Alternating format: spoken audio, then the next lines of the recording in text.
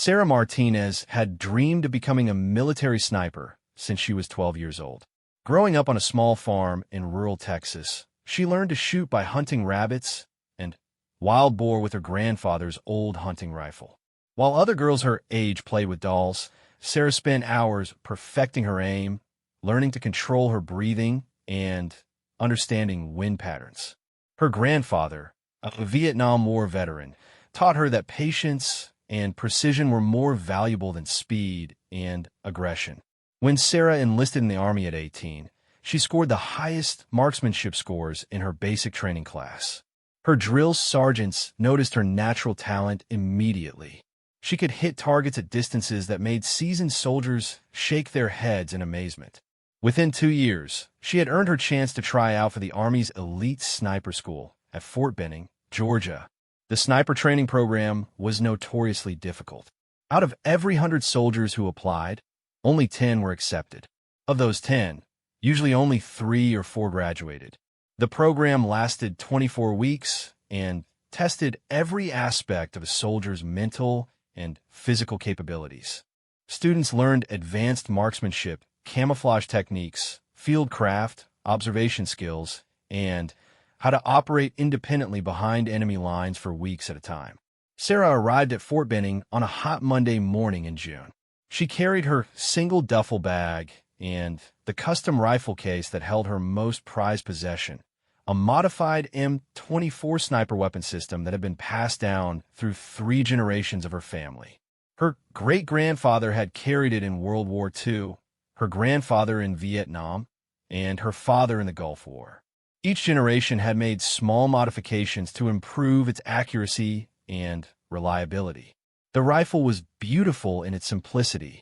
The wooden stock had been worn smooth by decades of use, and the metal components showed the patina that only comes from years of careful maintenance. But what made this rifle truly unique were the small symbols carved into the stock and barrel. They looked like ancient runes or hieroglyphics, and nobody in Sarah's family could remember who had carved them or what they meant. On her first day of training, Sarah met her fellow students. There were 11 other soldiers, all men, all experienced marksmen from various units across the Army. Some had served multiple combat tours and had years of experience that Sarah lacked. They looked at her with barely concealed skepticism. A 20-year-old female soldier with only 2 years of service had no business in sniper school, according to their whispered conversations. The head instructor was Master Sergeant James Riley, a legend in the sniper community.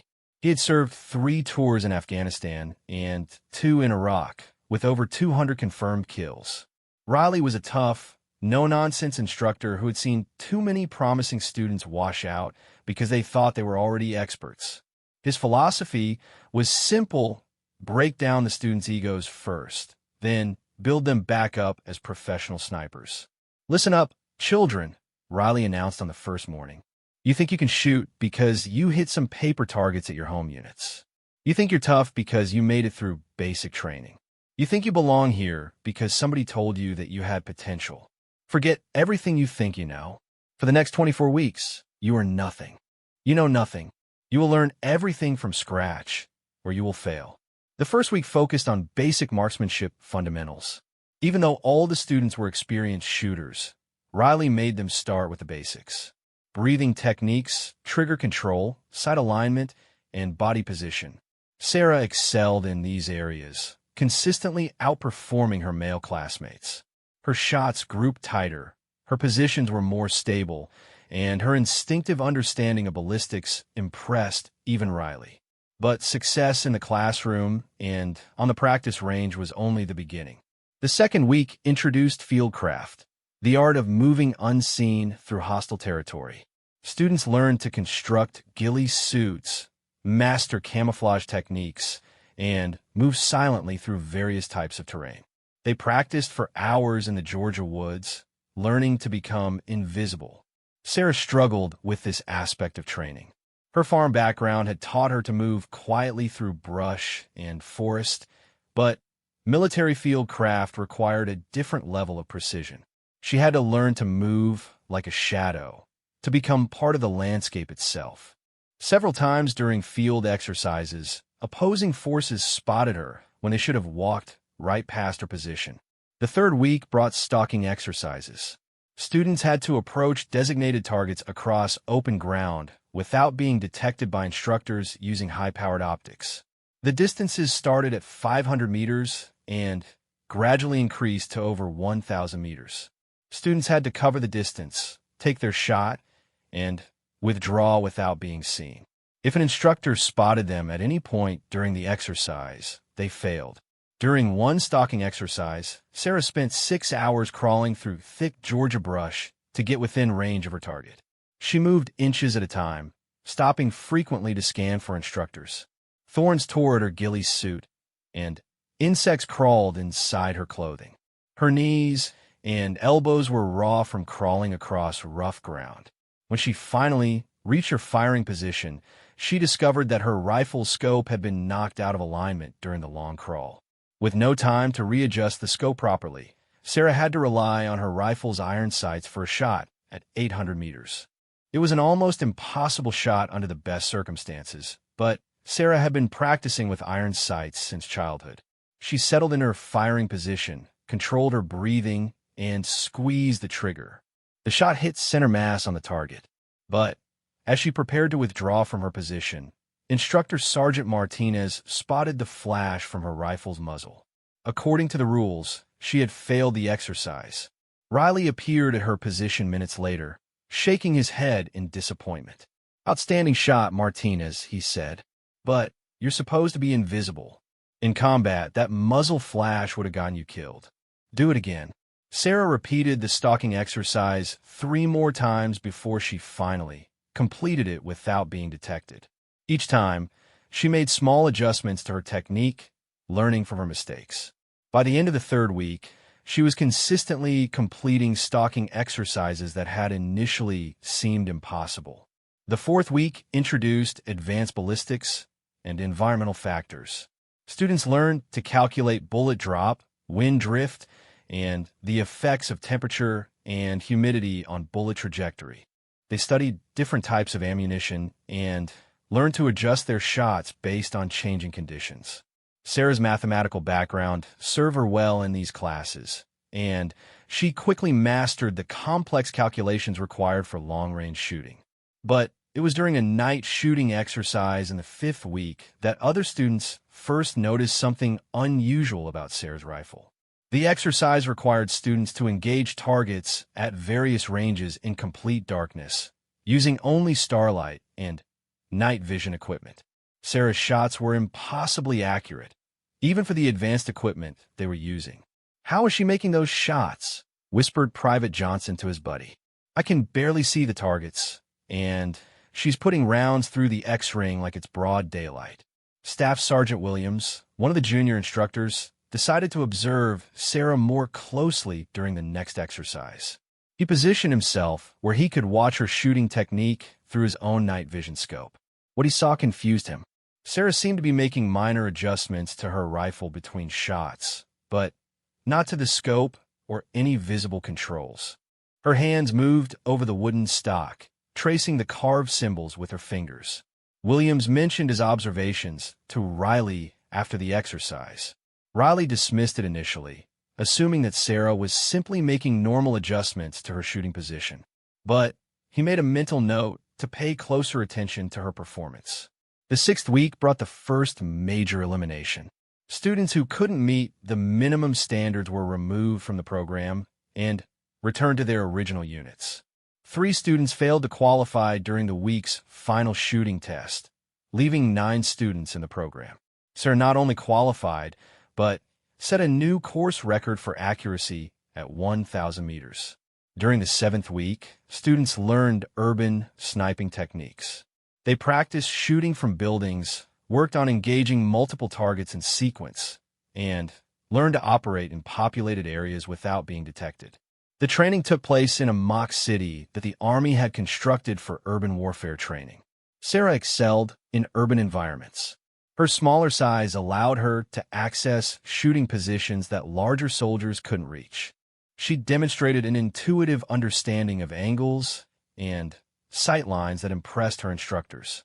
During one exercise, she successfully engaged 5 targets in different buildings from a concealed position in a church bell tower, completing the exercise faster than any student in the course's history. But it was during this urban training that instructor Sergeant Davis first noticed the symbols on Sarah's rifle clearly. During a break in training, he approached her position where she was cleaning her weapon. "Interesting markings on your rifle," Martinez, Davis said, examining the carved symbols. "What do they mean?" Sarah looked up from her cleaning. "I honestly don't know, Sergeant. The rifle belonged to my great-grandfather, and the symbols were already there when my family inherited it. Nobody remembers who carved them or what they represent." Davis studied the symbols more carefully. They weren't random scratches or decorative carving.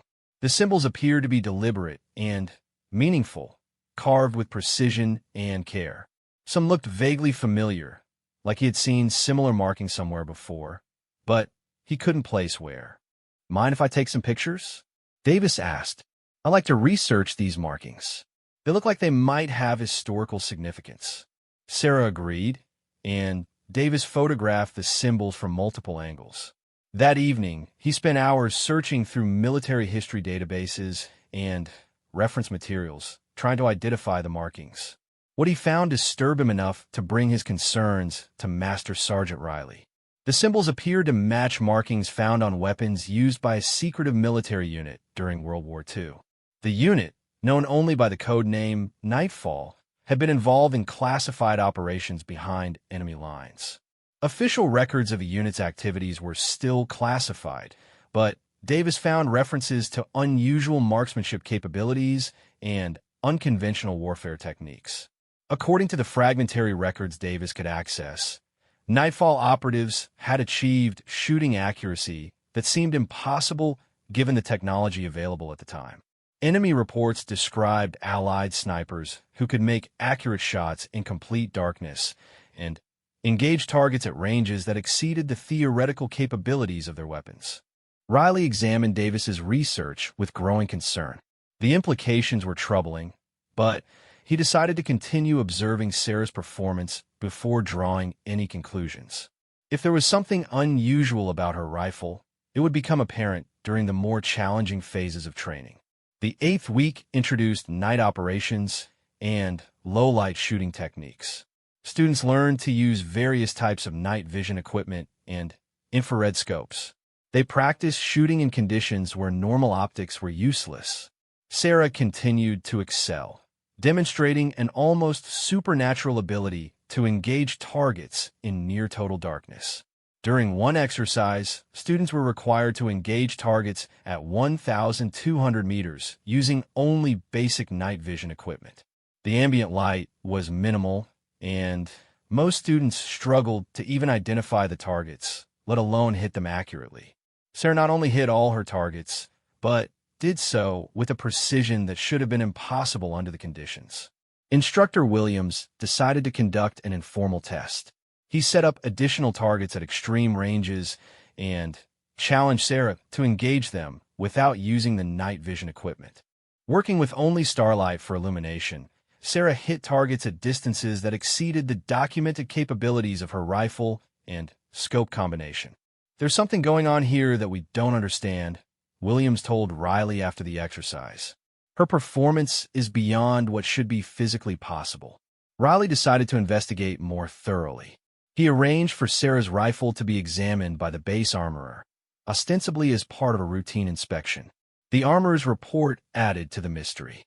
The rifle showed no mechanical modifications that would explain its exceptional performance. The barrel was standard military specification, the action was properly adjusted but unremarkable, and the scope was a conventional military model. But the armorer made one unusual observation.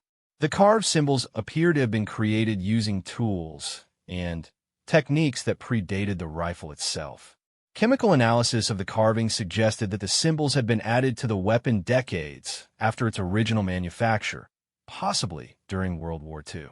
The 9th week brought psychological evaluation and stress testing. Sniper candidates had to demonstrate their ability to maintain accuracy and judgment under extreme pressure. The tests included sleep deprivation, physical exhaustion, and simulated combat stress. Students who couldn't maintain their performance standards under pressure were eliminated from the program. Sarah faced these challenges with the same quiet determination she had shown throughout the course. Even when exhausted and under stress, her shooting remained remarkably accurate. But the instructors noticed that during these high-stress exercises, Sarah seemed to spend more time touching the carved symbols on her rifle. Her fingers would trace the markings between shots, almost like she was reading Braille. During a particularly challenging exercise, Sarah was required to maintain a shooting position for 18 hours while under simulated enemy observation. She had to remain motionless for hours at a time, engaging targets only when safe opportunities presented themselves. Most students found this type of exercise mentally exhausting, but Sarah seemed to enter an almost meditative state. Instructor Davis observed her throughout the exercise using a high-powered scope. He watched as Sarah's fingers moved over the carved symbols during the long periods of waiting. Her movements seemed deliberate and purposeful, not random fidgeting. It was almost as if she was communicating with the rifle itself. The 10th week marked the halfway point of the program. Only 7 students remained, and the training became increasingly difficult. Students learned advanced techniques for operating independently behind enemy lines, including escape and evasion, survival skills, and resistance to interrogation. During a week-long field exercise, students were dropped individually in the Georgia wilderness with minimal equipment. They had to survive while avoiding capture by opposing forces and complete a series of missions that tested all their acquired skills. Sarah not only completed all her assigned missions, but did so with a level of success that impressed even the most skeptical instructors. But it was during this exercise that the instructors made their most disturbing discovery about Sarah's rifle. While reviewing footage from hidden cameras placed throughout the training area, they noticed something impossible. Sarah's rifle appeared to be glowing faintly during night shooting. The glow was barely visible, only apparent when viewed through sensitive electronic equipment, but it was definitely there. Master Sergeant Riley called an emergency meeting with his senior instructors to discuss their findings. The evidence was compelling, but difficult to explain. Sarah's performance exceeded normal human capabilities. Her rifle showed unexplained properties, and the carved symbols appear to have historical connections to classified military operations. "I've been training snipers for 15 years, Riley told his team. "I've seen natural talent, and I've seen soldiers who were lucky. But I've never seen anything like this. We need to decide how to proceed." The instructors faced a difficult decision. Sarah was clearly the most gifted student in the program's history, but the unusual circumstances surrounding her performance raised questions about whether her abilities were entirely natural. Military regulations required them to investigate any unusual phenomena that might affect operational security. But before they could decide on a course of action, Sarah's performance took another dramatic turn. During an advanced marksmanship test in the 11th week, she achieved something that should have been impossible. The test required students to engage targets at the maximum effective range of their weapons, 1,500 meters, in challenging wind conditions. Sarah's first shot not only hit the target, but hit the exact center at a distance that exceeded the documented capabilities of her equipment by over 200 meters.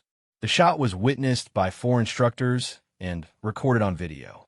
According to ballistics calculations, the bullet should have dropped significantly and been blown off course by the crosswind. Instead, it flew in a perfectly straight line to the target.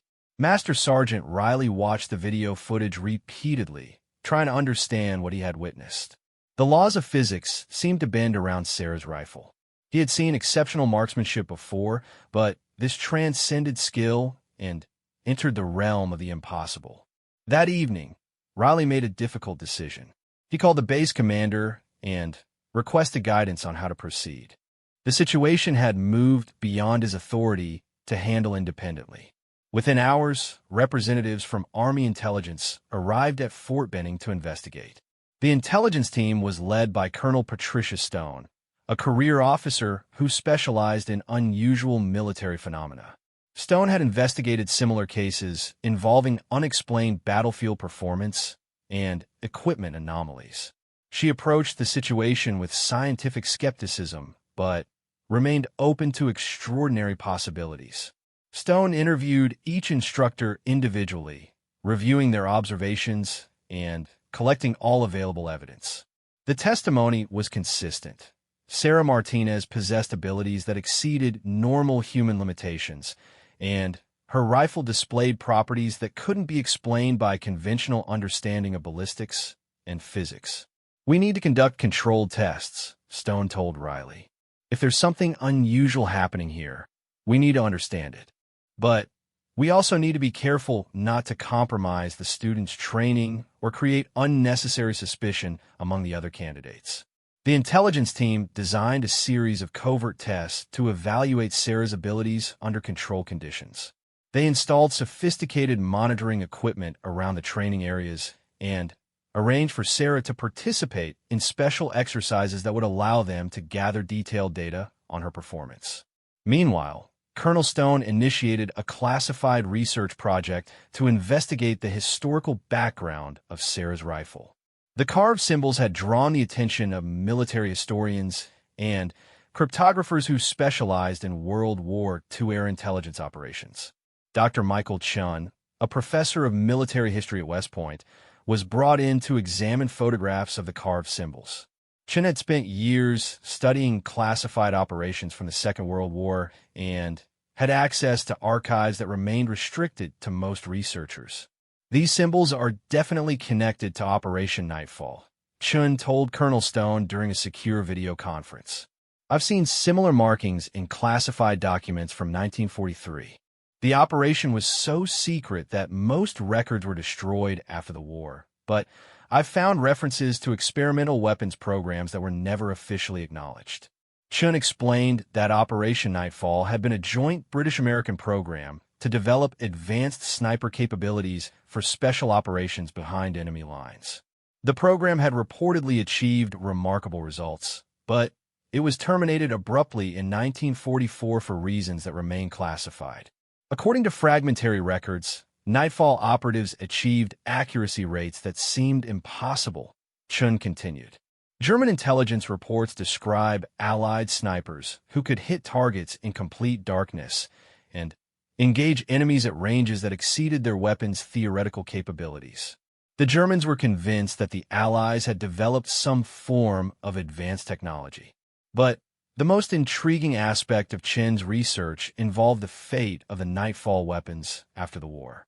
According to classified documents, the specialized rifles used in the program were distributed to selected military families rather than being destroyed or stored in arsenals. The decision was made at the highest levels, Chun explained. Someone wanted these weapons to remain in circulation, passed down through military families who might one day need their capabilities. It was an insurance policy against future threats that conventional weapons might not be able to address.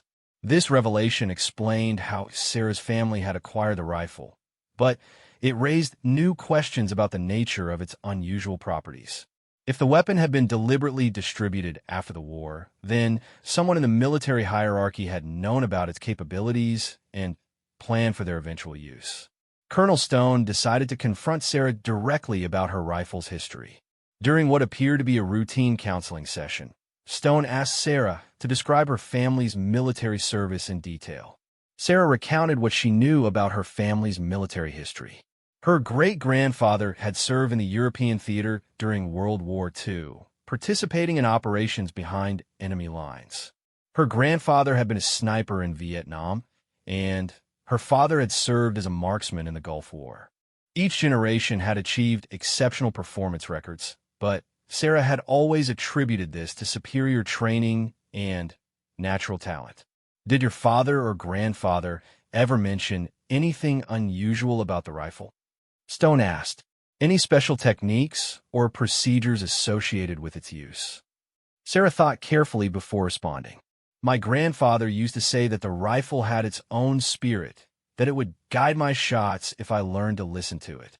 I always thought he was being metaphorical, talking about developing an instinctive feel for the weapon. But Sarah admitted that she had noticed something unusual during her training at Fort Benning.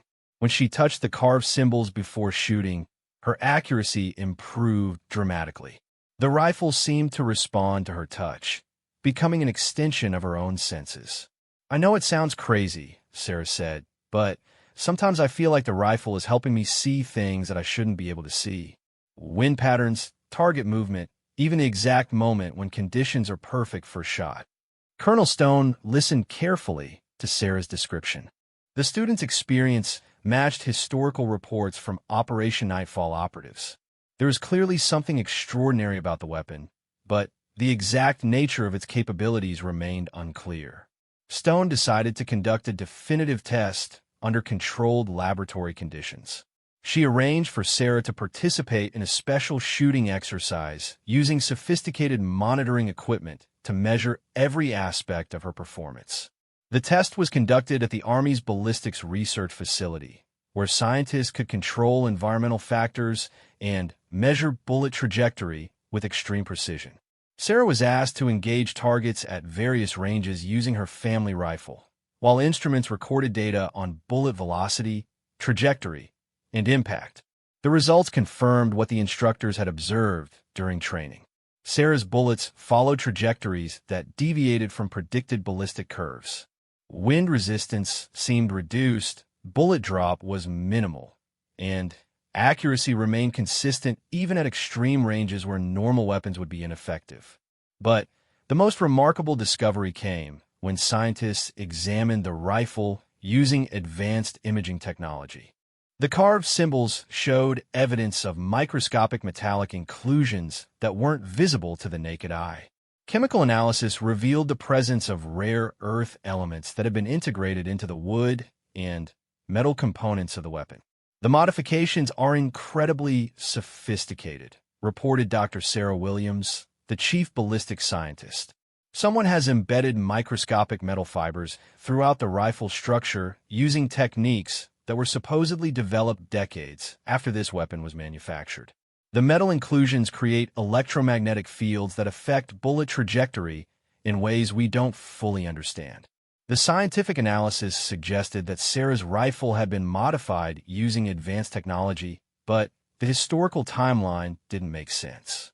The rare earth elements and embedding techniques hadn't been developed until the 1980s. Yet the rifle had been in Sarah's family since World War II. Colonel Stone faced a dilemma. Sarah Martinez was clearly the most capable sniper candidate the program had ever seen, but her success appeared to depend on technology that shouldn't exist. Military regulations required her to investigate any advanced technology that might affect national security, but she also recognized the potential value of Sarah's unique capabilities. After consulting with her superiors, Stone made a controversial decision. Rather than removing Sarah from the sniper program, she would allow her to continue training while conducting additional research into the rifle's capabilities. Sarah would be monitored continuously, and any intelligence gathered would be classified at the highest levels. But this decision created a new problem. The other students in the program had begun to notice Sarah's exceptional performance, and rumors were spreading about her unusual abilities. Military discipline required equal treatment for all students, but Sarah's success was creating resentment among her peers. The situation came to a head during the 15th week of training. Students were participating in a competitive exercise that would determine their class ranking. The exercise required them to engage multiple targets in sequence while moving through a complex obstacle course. Sarah completed the exercise with a perfect score, hitting all targets while moving faster than any student had ever managed. Her time beat the previous course record by over 3 minutes, and her accuracy was flawless. The other students watched in stunned silence as Sarah demonstrated capabilities that seemed superhuman. After the exercise, Private Johnson confronted Sarah directly. "Nobody's that good," he said angrily. "There's something going on here that isn't fair to the rest of us." The confrontation quickly escalated into a heated argument involving all the remaining students. They accused Sarah of using advanced equipment or receiving special assistance from the instructors. The situation threatened to destroy the unit cohesion that was essential for successful sniper operations. Master Sergeant Riley was forced to intervene. He called the students together for an emergency meeting, but he couldn't reveal the classified investigation that was ongoing. Instead, he had to address their concerns about fairness while maintaining operational security. Martinez has earned every achievement through her own skill and dedication, Riley told the students firmly. I've been watching her performance closely, and I can assure you that she's receiving no special treatment or assistance. But Riley's assurances didn't satisfy the other students. They continued to believe that Sarah had some unfair advantage, and their resentment began to affect their own performance. The training environment became increasingly tense and competitive. Colonel Stone realized that the situation was becoming unsustainable. Sarah's presence in the program was creating problems that threatened the training of other students. She faced a difficult choice: continue the investigation and risk compromising the entire sniper class, or remove Sarah from the program and lose the opportunity to understand her unique capabilities. The decision was made for her during the 16th week when an incident occurred that could no longer be ignored or explained away.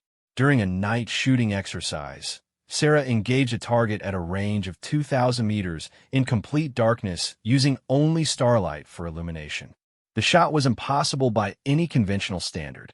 The target was barely visible even through advanced night vision equipment, and environmental conditions should have made accurate shooting impossible. But Sarah's bullet hit the target dead center, witnessed by 3 instructors and recorded on thermal imaging cameras. The video footage showed something that defied explanation. As Sarah fired, the carved symbols on her rifle glowed briefly with visible light. The glow lasted only a fraction of a second, but it was captured clearly on the thermal cameras. There was no longer any question that something extraordinary was happening. Master Sergeant Riley was ordered to remove Sarah from the program immediately. The official reason would be academic deficiency, a standard explanation that wouldn't raise questions from other students. Sarah would be transferred to a classified research facility where her abilities could be studied without compromising the training program. Riley dreaded having to deliver this news to Sarah. She had worked harder than any student he had ever trained, and her dedication was beyond question. But the unusual circumstances surrounding her performance had made it impossible for her to continue in a normal training environment. The meeting took place in Riley's office on a Friday afternoon. Sarah sat at attention while Riley struggled to find the right words to explain her dismissal from the program. Martinez, your performance in this program has been exceptional, Riley began carefully. Your marksmanship skills are the best I've ever seen, and your dedication to training is exemplary. Sarah sensed that bad news was coming. Thank you, Master Sergeant. Is there a problem with my performance? Riley took a deep breath. Due to circumstances beyond your control, you're being transferred out of the sniper program. This decision doesn't reflect any deficiency in your abilities or commitment. Sarah felt like she had been punched in the stomach. Master Sergeant, I don't understand. Have I done something wrong? My scores have been consistently high, and I've completed every exercise successfully. This isn't about your performance, Martinez, Riley said gently. There are other factors involved that I can't discuss. Your transfer has been approved at the highest levels, and the decision is final. Sarah fought back tears as the reality of the situation sank in. Her dream of becoming a military sniper was ending, and she didn't understand why. She had worked harder than anyone else in the program and achieved better results than any previous student. Where am I being transferred, Master Sergeant? Sarah asked quietly. You'll receive orders within the week, Riley replied. I can't provide details about your new assignment, but I can tell you that your skills haven't gone unnoticed. This transfer may lead to opportunities that exceed anything available in the conventional sniper program. Sarah left Riley's office in a state of shock and confusion. She had been expelled from sniper school despite achieving the highest performance standards in the program's history. The other students would assume that she had failed somehow, and her military career would bear the stigma of not completing elite training. That evening, Sarah sat alone in her barracks room, holding her family's rifle and wondering what had gone wrong. She traced the carved symbols with her fingers, feeling the familiar sense of connection that had guided her shooting throughout the program. For the first time since arriving at Fort Benning, Sarah questioned whether the unusual sensations she experienced while shooting were entirely natural. She had always attributed her exceptional accuracy to training and natural talent, but the instructor's behavior suggested that something more unusual was happening. As she prepared to pack her belongings, Sarah made a decision that would change the course of her military career. She would demand answers about her dismissal and uncover the truth about her rifle's capabilities. If there was something extraordinary about the weapon her family had carried for generations, she needed to understand what it was and how to use it responsibly. The next morning, Sarah requested a meeting with Colonel Stone, having learned through unofficial channels that the intelligence officer was involved in her case. Stone agreed to meet, recognizing that Sarah deserved some explanation for her sudden dismissal from the program. The meeting took place in a secure conference room at the base headquarters. Stone entered carrying a thick file folder that contained the results of weeks of investigation into Sarah's background and capabilities. Specialist Martinez, Stone began formally. You've been removed from the sniper program because your performance has raised questions that require further investigation. Sarah looked directly at the colonel. Ma'am, I need to know what's happening. I've worked harder than anyone in this program, and my performance has been consistently excellent. Yet I'm being dismissed without explanation. Stone appreciated Sarah's direct approach. Your performance has been more than excellent, Martinez. It's been unprecedented. That's exactly the problem. Over the next hour, Stone explained what the investigators had discovered about Sarah's rifle and its connection to classified military operations. She described the historical background of Operation Nightfall and the unusual properties that had been documented in Sarah's weapon. Sarah listened in amazement as the pieces of the puzzle fell into place. Her family's military success hadn't been due solely to natural talent and training. They had been the guardians of advanced technology that had been developed in secret decades earlier. So what happens now, ma'am? Sarah asked when Stone finished her explanation. That depends on you, Martinez, Stone replied. We're offering you the opportunity to participate in a classified research program that will help us understand your rifle's capabilities. The program could lead to developments that revolutionize military marksmanship and provide significant advantages in future conflicts. Sarah considered the offer carefully. Participating in the classified program would mean abandoning her original goal of becoming a conventional military sniper, but it might lead to opportunities that were far more significant. What would be required of me, ma'am? Sarah asked. Stone outlined the research program's objectives. Sarah would work with scientists and engineers to understand how her rifle achieved its extraordinary performance. She would participate in testing that would push the weapon's capabilities to their limits, and she would help develop training protocols that might allow other soldiers to achieve similar results. The work will be challenging and potentially dangerous, Stone warned. We don't fully understand the technology we're dealing with, and there could be risks that we haven't anticipated. Sarah thought about her grandfather's words about the rifle having its own spirit. Perhaps understanding that spirit was more important than following a conventional military career path. I accept the assignment, ma'am, Sarah said firmly. But I have one condition. Stone raised an eyebrow. What condition? I want to know everything about Operation Nightfall and my family's connection to it, Sarah replied. If I'm going to work with this technology, I need to understand its complete history. Stone nodded approvingly. That can be arranged. Understanding the historical context will be essential for your work in the research program. As Sarah left the meeting, she felt a mixture of excitement and apprehension. Her military career was taking a direction she had never anticipated, but it promised to be more significant than anything she had originally imagined. The rifle that her family had carried for generations was about to reveal its secrets, and Sarah would be the one to unlock them. Sarah's new assignment took her to a classified facility hidden deep within the Colorado Rocky Mountains. The research installation, known only as Site 7, was buried inside a former NORAD bunker that had been converted for advanced weapons research. The facility was so secret that it didn't appear on any official military records, and personnel assigned there underwent extensive security clearances that took months to complete. Dr. Elena Vasquez, the facility's chief scientist, met Sarah on her first day. Vasquez was a brilliant physicist who had spent her career studying unusual phenomena that conventional science couldn't explain. She had been personally recruited by Colonel Stone to lead the investigation into Sarah's rifle and its extraordinary capabilities. "Welcome to Site 7, Specialist Martinez," Vasquez said as she led Sarah through the underground facility. "We've been eagerly awaiting your arrival. Your rifle represents the most significant breakthrough in ballistics research that we've encountered in decades." The facility was unlike anything Sarah had ever seen. Laboratories filled with sophisticated equipment lined the corridors, and scientists worked on projects that seemed to belong in science fiction movies rather than military research facilities. Sarah saw weapons being tested that fired energy beams instead of bullets, and targeting systems that seemed to read the operator's thoughts.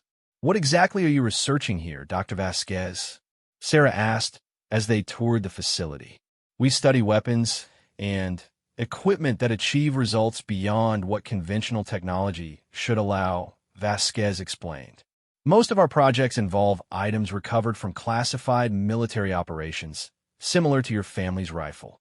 Vasquez led Sarah to a specially constructed firing range that had been designed specifically for testing her rifle. The range extended for over 2 miles underground and was equipped with sophisticated sensors that could track bullet trajectories with microscopic precision. Environmental controls allowed scientists to create any shooting conditions they wanted to study. "We've prepared a comprehensive testing protocol," Vasquez explained. "We want to understand exactly how your rifle achieves its enhanced performance, and whether that performance can be replicated in other weapons." Over the following weeks, Sarah participated in extensive testing that pushed her rifle's capabilities beyond anything she had experienced during sniper training. She engaged targets at ranges exceeding 3 miles, shot in environmental conditions that would normally make accurate shooting impossible, and demonstrated precision that consistently exceeded the theoretical limits of ballistic science. But the most remarkable discovery came when scientists examined how the rifle responded to different operators. When other marksmen attempted to use Sarah's rifle, it performed like a normal weapon. The enhanced capabilities only manifested when Sarah was the one firing it. "The rifle is somehow bonding with you specifically," Dr. Vasquez explained after reviewing weeks of test data. "The carved symbols appear to be some form of biometric interface that responds to your unique neural patterns." This revelation led to more specialized testing. Scientists used brain imaging equipment to monitor Sarah's neural activity while she fired the rifle. The results showed unusual patterns of brain activity that coincided with the weapon's enhanced performance. "Your brain activity changes dramatically when you're preparing to shoot," Dr. Vasquez reported. "We're seeing neural patterns that suggest a direct interface between your consciousness and the rifle's targeting systems." Dr. Michael Chun, the military historian who had researched Operation Nightfall, arrived at Site 7 to share his latest findings about the classified program. His research had uncovered documents that revealed the true nature of the World War II project. Operation Nightfall wasn't just developing advanced rifles, Chun explained during a briefing with Sarah and the research team. They were experimenting with weapons that could interface directly with the operator's nervous system. The goal was to create a soldier-weapon combination that exceeded normal human limitations. Chun had discovered that the program was based on recovered German technology from a secret Nazi research facility. German scientists had been experimenting with what they called psychoactive weapons, firearms that could amplify and focus human mental capabilities to achieve impossible accuracy. The Allied forces captured the German research facility in 1944 and brought the technology to Britain for further development. Chun continued. Operation Nightfall was the British-American effort to perfect and deploy the technology against Axis forces. But the program had been terminated abruptly when test subjects began experiencing severe psychological effects. Prolonged use of the psychoactive weapons caused operators to develop disturbing mental connections to their firearms that persisted even when they weren't shooting. Several test subjects reported that they could feel their rifles calling to them from across great distances, Chin explained. Some claimed that the weapons were alive and had their own consciousness. The psychological evaluation team recommended immediate termination of the program.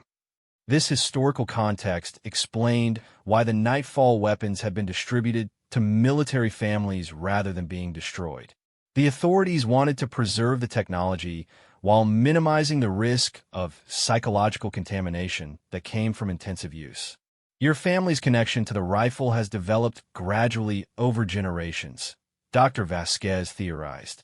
Each user formed a partial bond with the weapon, and those connections accumulated over time. You represent the culmination of decades of gradual integration. The research team decided to investigate whether Sarah could teach others to achieve similar results with conventional weapons.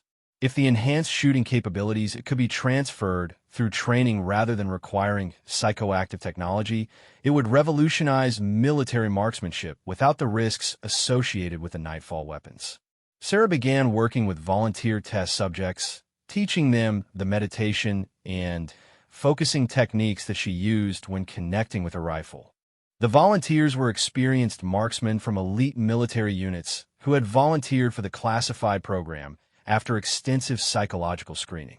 The training process was challenging and sometimes frightening. Students had to learn to quiet their conscious minds and allow their subconscious instincts to guide their shooting.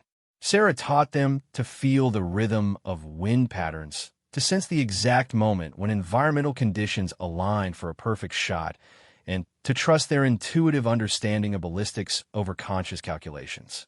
Some students showed remarkable improvement in their shooting accuracy, achieving results that exceeded their previous capabilities. But none could match the performance that Sarah achieved with her family's rifle. The psychoactive technology provided a level of enhancement that couldn't be replicated through training alone. During the 6th month of testing, Sarah made a disturbing discovery about her rifle's capabilities. While practicing at extreme ranges, she found that she could sense enemy positions even when they were too far away to be visible through her scope. The rifle seemed to guide her attention toward threats that she shouldn't have been able to detect. "I'm seeing things that aren't there," Sarah reported to Dr. Vasquez after one particularly unusual shooting session. "The rifle is showing me targets that don't exist in reality, but when I investigate, I find evidence that someone was in those locations recently." Vasquez was intrigued by this development. "Describe exactly what you're experiencing when this happens." Sarah struggled to put the sensations into words. "It's like the rifle is remembering where enemies have been in the past, or predicting where they're going to be in the future. I see ghostly images overlaid on the real landscape, showing me movement patterns and hiding places that I shouldn't be able to know about." This capability suggested that the psychoactive technology was more sophisticated than anyone had realized. The rifle wasn't just enhancing Sarah's existing senses. It was providing her with information that existed beyond normal sensory input. Dr. Vasquez theorized that the weapon might be accessing what some scientists called quantum consciousness, a theoretical phenomenon where consciousness could interact with quantum fields to gather information from across space and time. The concept was highly controversial in mainstream science, but it offered a possible explanation for Sarah's impossible capabilities. As the research program continued, Sarah began experiencing psychological effects similar to those reported by the original Nightfall operatives. She found herself thinking about her rifle even when she was off duty, and she began to feel uncomfortable when separated from the weapon for extended periods. The connection is becoming stronger, Sarah reported during her monthly psychological evaluation. Sometimes I feel like the rifle is trying to communicate with me directly, not just guiding my shots, but sharing its own thoughts and memories. The psychological evaluation team recommended limiting Sarah's exposure to the rifle to prevent the development of severe dependency. But Sarah resisted these limitations, arguing that deeper connection was necessary to fully understand the weapon's capabilities. "I need to explore this bond further," Sarah insisted during a meeting with Colonel Stone. "If I back away from the connection now, we might never understand what this technology is truly capable of achieving." Stone was concerned about Sarah's psychological well-being, but she also recognized the potential military value of the research. The capabilities that Sarah was demonstrating could provide significant advantages in future conflicts, but only if they could be understood and controlled. "We'll continue the research," Stone decided, but with additional safeguards. "I'm assigning a team of psychologists to monitor your mental state continuously, and we're establishing protocols for immediate intervention if you show signs of psychological instability." The research took a dramatic turn during Sarah's 8th month at Site 7. While testing the rifle's maximum effective range, she achieved a successful shot at over 5 miles, a distance that exceeded any documented sniper kill in military history. But more remarkably, the shot was made in challenging environmental conditions that should have made accuracy impossible. The bullet trajectory defied every law of physics we understand, Dr. Vasquez reported after analyzing the shot. Wind resistance was virtually eliminated, gravity had minimal effect on bullet drop, and the projectile maintained velocity far beyond what should be possible. The successful extreme range shot attracted attention from the highest levels of military leadership. General Robert Hayes, the Army's Chief of Staff for Operations, arrived at Site 7 for a classified briefing on the research program's progress. "Show me what this weapon can do," General Hayes told Sarah during a demonstration session. Sarah set up at the facility's maximum range and engaged targets that were barely visible even through the most powerful telescopic equipment. Her shots were flawless, hitting targets with precision that amazed the general and his staff. "This capability could change the nature of warfare," Hayes observed. "A single sniper with this rifle could control entire battlefields, eliminating enemy leadership from distances that make retaliation impossible." But Hayes also expressed concern about the psychological risks associated with the psychoactive technology. "We can't deploy weapons that drive our own soldiers insane," he pointed out. "What safeguards can be implemented to prevent psychological damage?" Dr. Vasquez presented her team's research on limiting exposure to the psychoactive effects. "We believe the psychological risks can be managed through careful training and limited operational use. The key is preventing prolonged bonding between operator and weapon." General Hayes authorized expansion of the research program to include development of operational protocols for field deployment. Sarah would work with military strategists to develop tactics that maximize the rifle's capabilities while minimizing psychological risks to operators. But as Sarah worked on operational development, she made a discovery that changed everything. While reviewing historical records from Operation Nightfall, she found references to multiple psychoactive weapons that had been distributed after the war. Her family's rifle wasn't unique. There were others like it scattered among military families around the world. According to these records, at least 25 Nightfall rifles were distributed to Allied families, Sarah reported to Colonel Stone. "That means there could be other people like me carrying weapons with similar capabilities." This revelation transformed the research program's objectives. Instead of studying a single unique weapon, they were potentially dealing with an entire network of psychoactive firearms that had been dormant for decades. The implications for global security were staggering. Colonel Stone initiated a worldwide search for the other Nightfall weapons and their current owners. Intelligence agencies began tracking the descendants of families who had received the weapons, looking for signs of unusual marksmanship capabilities that might indicate active psychoactive bonding. The search revealed disturbing patterns. Several families reported mysterious deaths of exceptionally skilled marksmen who had achieved impossible shots before dying under unusual circumstances. Other families had lost track of their inherited weapons, with the rifles disappearing under circumstances that suggested they had been stolen by parties who understood their true value. We're not the only ones who know about these weapons, Stone realized. Someone else has been tracking and collecting the Nightfall rifles for decades. This discovery led to a shocking revelation about the true purpose behind Sarah's dismissal from sniper school. Her exceptional performance had attracted attention not just from American intelligence services, but from foreign operatives who were also searching for psychoactive weapons. Your expulsion from the sniper program was a cover story, Stone explained to Sarah. We needed to remove you from public view before hostile intelligence services realized what you represented. Sarah learned that foreign agents had been monitoring the sniper school, looking for candidates who showed unusual capabilities. Her performance had been so exceptional that it had triggered alerts in multiple intelligence networks around the world. By removing you from the program and classifying your abilities, we prevented other nations from identifying you as a psychoactive weapon operator, Stone continued.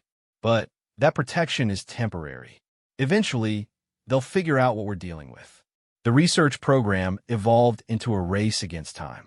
American scientists needed to understand and control psychoactive weapon technology before hostile nations could develop their own versions or steal existing Nightfall rifles. Sarah found herself at the center of this competition.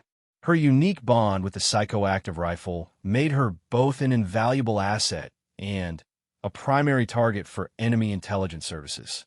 The skills that had made her the best sniper candidate in program history had also made her one of the most hunted individuals in the world. But Sarah embraced her new role with the same determination she had shown throughout her military career. The rifle that her family had carried for generations represented more than just advanced technology. It was a weapon that could help protect democracy and freedom against threats that conventional forces might not be able to address. Understand the risks, Sarah told Colonel Stone during a final briefing before the program moved to its operational phase. But this rifle chose my family for a reason. We've been its guardians for 3 generations, and I won't abandon that responsibility now. As Sarah prepared for her first operational mission using the psychoactive rifle, she reflected on the journey that had brought her to this point. She had entered sniper school dreaming of becoming an elite marksman, but she had discovered that she was destined for something far more significant. The carved symbols on her rifle seemed to glow faintly in the dim light of the briefing room, as if the weapon was responding to her thoughts. Sarah touched the symbols gently, feeling the familiar surge of connection that linked her consciousness to the ancient technology. Tomorrow, she would use that connection to protect her country against threats that most people couldn't imagine. The expulsion from sniper school that had seemed like a devastating failure had actually been the beginning of the most important mission of her life. Sarah Martinez had found her true calling as the guardian of technology that could change the world. The question now was whether she could master that technology before it consumed her, as it had consumed so many operators before her.